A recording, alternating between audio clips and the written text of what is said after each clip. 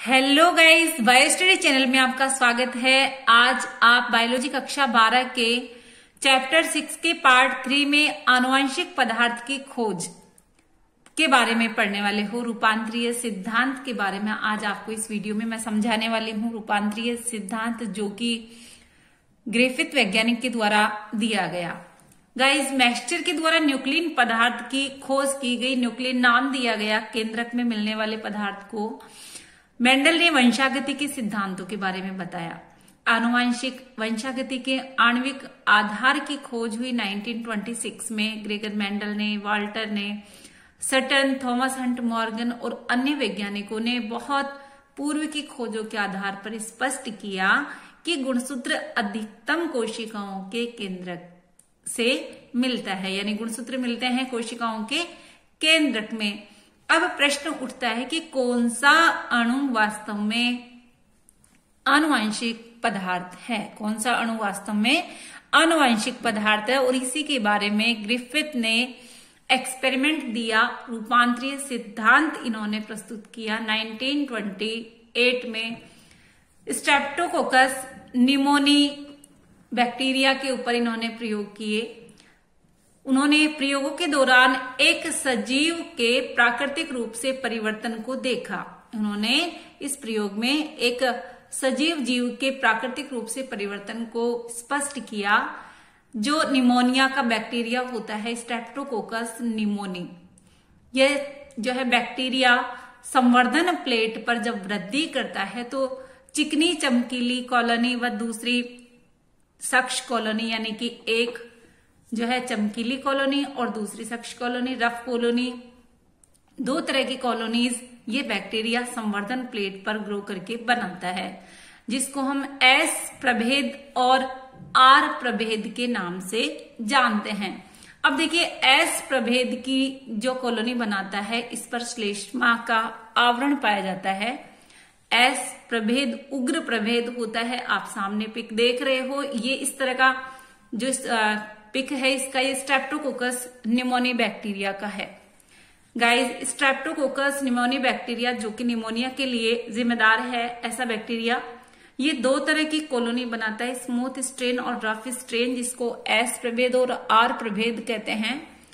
S प्रभेद जो बनाता है ये बैक्टीरिया, इस पर ये कैप्सुलेटेड होता है, यानी इसके ऊपर आवरण पाया जाता है, शर्कराइड आवरण होता है। ये उग्र प्रभेद होता है क्योंकि इसको जीव के जो WBC होते हैं, इम्यून सिस्टम होता है, वो इसको नहीं मार सकता। उग्र प्रभेद इसको कहते हैं, एस प्रभेद को। जबकि आर स्ट्रेन जो है, आर प्रभेद के कॉलोनी है, इसको ये आर प्रभेद को इम्यून सिस्टम नष्ट कर सकता है।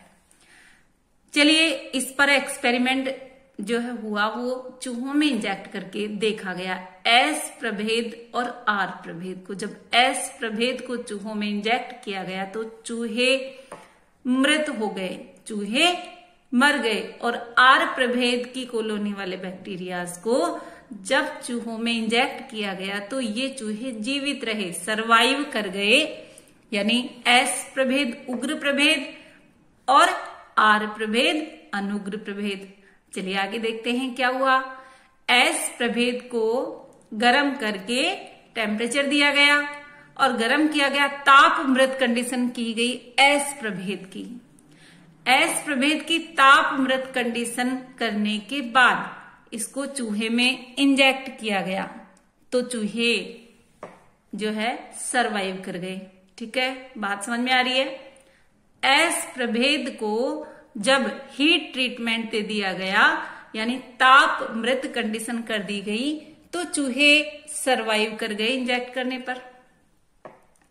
अब तीसरी कंडीशन देखिए, जब ताप मृत कंडीशन वाला एस प्रभेद और आर प्रभेद दोनों एक साथ इंजेक्ट कराए गए। समझ में आ रही है बात।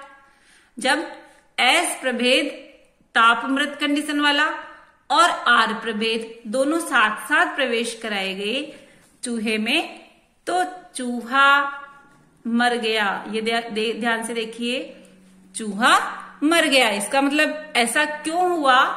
आर प्रभेद तो अनुग्र प्रभेद है, जबकि एस प्रभेद को हीट ट्रीटमेंट दे दिया गया था, तापमृत कंडीशन कर दी गई थी। तो फिर ऐसा क्या हुआ कि दोनों को साथ मिक्स कंडीशन में जब प्रवेश कराया गया चूहे में तो चूहा मर गया। इसका मतलब है कि ये अनुग्र कंडीशन से आर प्रभेद उग्र कंडीशन में कैसे आया, कौन सा ऐसा यहाँ पर जो है रूपांतरण हुआ या क्या चीज ट्रांसफर हुई जिससे कि आर प्रभेद में एस प्रभेद में से कुछ न कुछ पदार्थ चला गया। चलिए आगे देखते हैं एक्सपेरिमेंट क्या था हमारा। एस प्रभेद चूहे में प्रवेश कराया गया, चूहा मर जाता है क्योंकि उग्र होता है। आर प्रभेद चूहे में प्रवेश कराया गया, चूहा जीवित रहता है क्योंकि यह अनुग्र है। चलिए आगे देखा, एस प्रभेद ताप से मृत किया गया, चूहे में स्थानांतरित किया गया, चूहा जीवित रहता है। आगे फिर एक्सपेरिमेंट को बढ़ाते हैं। एस प्रभेद ताप से मृत और आर प्रभेद सजीव कंडीशन में जब चूहे में स्थानांतरित कराते हैं तो चूहा मर जाता है। तो ये क्वेश्चन मार्क हो गया कि भाई ऐसा क्या हुआ जिससे कि ताप मृत कंडीशन में आर प्रभेद को साथ में चूहे में स्थानांतरित करने पर चूहा मर जाता है। इसका मतलब कोई मटेरियल ट्रांसफर हुआ। एस प्रभेद से आर प्रभेद में कुछ न कुछ ट्रांसफर हुआ that converted R strain to S strain. बात समझ में आ रही है कि यह आर स्ट्रेन को एस स्ट्रेन में, आर प्रभेद में को एस प्रभेद में चेंज कर देता है। इसके बारे में ग्रिफिथ ने बताया कि आर प्रभेद जीवाणु ताप मृत एस प्रभेद जीवाणु द्वारा ट्रांसफॉर्म किए गए। बच्चों ध्यान रखिए क्या हुआ, आर प्रभेद जीवाणु ताप मृत एस प्रभेद जीवाणु द्वारा रूपांतरित किए गए। यह रूपांतरित कारक ताप मृत एस प्रभेद से आर प्रभेद में स्थानांतरित होने से क्या हुआ, एस से आर प्रभेद में स्थानांतरित होने से चिकनी बहुशर्कराइड आवरण का निर्माण होता है। और ये किस में चेंज हो जाता है, ये उग्र प्रभेद में। जो आर प्रभेद था, जो अनुग्र था, वह उग्र प्रभेद में परिवर्तित हो जाता है। तो निश्चित ही यह आनुवंशिक पदार्थ के स्थानांतरण के कारण ऐसा हो पाता है। बात समझ में आई कि ऐसा क्या स्थानांतरित हुआ, कोई आनुवंशिक पदार्थ है जो एस प्रभेद से आर प्रभेद में गया। चलिए आगे देखते हैं रूपांतरित सिद्धांत के जीव रासायनिक लक्षण कि भाई एस प्रभेद से आर प्रभेद में गया। जब इसकी रासायनिक संरचना को देखा गया कि ऐसा कौन सा पदार्थ है जो कि आनुवंशिक पदार्थ है जो कि एस प्रभेद से आर प्रभेद में चला गया और ट्रांसफॉर्म कर दिया, रूपांतरित कर दिया। चलिए रूपांतरित सिद्धांत के जीव रासायनिक लक्षण। एबेरी, मैक्लियोड और मैकार्टी के एक्सपेरिमेंट हुए, बहुत सारा एक्सपेरिमेंट, बहुत सारे शोध हुए। इन्होंने आनुवंशिक पदार्थ प्रोटीन माना था। चलिए ये समझा जाता था कि आनुवंशिक पदार्थ प्रोटीन होता है, लेकिन आनुवंशिक पदार्थ प्रोटीन नहीं है। इसको क्लियर करने में बहुत शोध कार्य हुए हैं। ताप मृत एस कोशिकाओं से जैव रासायनिक पदार्थों को अलग किया गया, जैसे कि प्रोटीन है, डीएनए है, आरएनए है। इनको ताप मृत एस कोशिकाओं से जब अलग करके देखा गया, शोधित किया गया, तो आर कोशिका को एस कोशिका में रूपांतरित करने में कौन सहायक होता है, इस बात का पता लगाया गया। और इस बात का पता लगाने पर यह कंफर्म हुआ कि प्रोटीन पाचक एंजाइम्स, आरएनए पाचक एंजाइम्स से ये प्रक्रिया नहीं रुकी, लेकिन डीएनए पाचक एंजाइम से ये प्रक्रिया रुक जाती है। उन्होंने इस बात का पता लगाया कि एस जीवाणु का केवल डीएनए ही आर जीवाणु को रूपांतरित कर सकता है। बहुत सारे एक्सपेरिमेंट से ये चीज क्लियर हुई कि न तो प्रोटीन से फर्क पड़ता है, न आरएनए से फर्क पड़ता है। डीएनए से ये प्रक्रिया, डीएनए अगर एंजाइम का यूज कर लिया जाता है तो ये प्रक्रिया रुक जाती है। प्रोटीन पाचक एंजाइम प्रोटीएजेज, आरएनए पाचक एंजाइम आरएनएज इस रूपांतरण को प्रभावित नहीं करते हैं। इसलिए रूपांतरित पदार्थ न तो प्रोटीन है?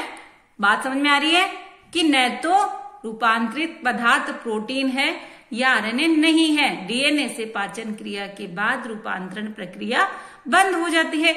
इसका मतलब ये जो रूपांतरण हुआ है इसके लिए कौन जिम्मेदार है? इस रूपांतरण के लिए डीएनए ही जिम्मेदार है।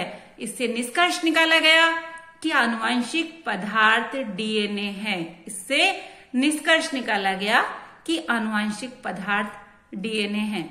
तो आपको समझ में आया कि किस तरह से चूहे में इंजेक्ट कराया गया आर प्रभेद और एस प्रभेद।